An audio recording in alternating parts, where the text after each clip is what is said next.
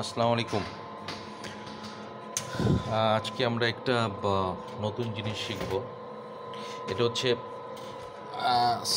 আপনারা অনেকেই বোধহয় এইটায় কাজ করেছেন যে সিমেটিক S7400 এই পিএলসিটা হঠাৎ করে পাওয়ার চলে যাওয়াতে, এটা একটা কেমিক্যাল প্লান্টের পিএলসি। তো এটা পাওয়ার চলে যাওয়াতে দেখেন এটার সিপিইউ যে স্টপ মোডে চলে আসছে। হ্যাঁ, তো স্টপ মোডে যদি চলে আসে তখন আমাদের কি করতে হবে? আসলে স্টপ মোডে যদি পাওয়ার হঠাৎ করে চলে যায়, তাহলে এইটার যে ভিতরের সিপিইউর ভিতরে যে প্রোগ্রামিং, এটা ফ্ল্যাশ হয়ে যায়। মানে এটাকে আবার রিইনস্টল করতে হবে। তো আমরা এটা কিভাবে রিইনস্টল করে, এটা সিমেটিক ম্যানেজার দিয়ে এটা দেখব। দেখেন এইখানে সিপিইউ দুইটাই স্টপ মোডে দেখাচ্ছে, দুইটা ইয়ে। এই সিপিইউর সাথে যে আইও মডিউলগুলো কানেক্টেড, সবগুলা লাল বাতি জ্বলতেছে, মানে কমিউনিকেশন ফেইল। ঠিক আছে, কমিউনিকেশন ফেইল, কোনোটাই কাজ করতেছে না। আমরা যদি ইয়েতে যাই, মনিটরে যাই, তাহলে মনিটরে গেলে আসি, দেখি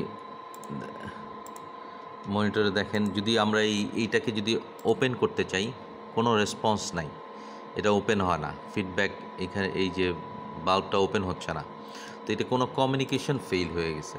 তো এইটার জন্য আমরা প্রথমে এই সিমেটিক ম্যানেজারে ঢুকবো। হ্যাঁ, সিমেটিক ম্যানেজার, দেখেন সিমেটিক ম্যানেজারে ঢোকার পরে আমরা এই হার্ডওয়্যারে যাব।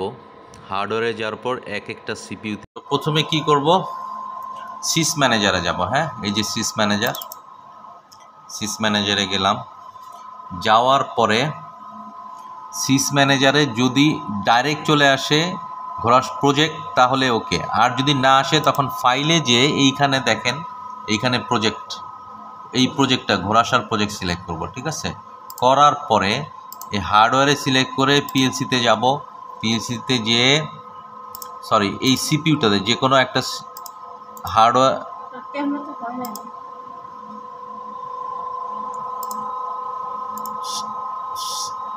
এই যে কোনো সিপিইউতে যাব। যাওয়ার পরে এইখানে রাইট বাটন ক্লিক করে পিএলসিতে যাব। পিএলসিতে যাওয়ার পর অপারেটিং মোডে যাব। এই যে অপারেটিং মোড দেখা যাচ্ছে, অপারেটিংয়ে আসার পরে যদি আমি যদি স্টপ করতে চাই সিপিইউকে, তাহলে এই স্টপকে ক্লিক করব।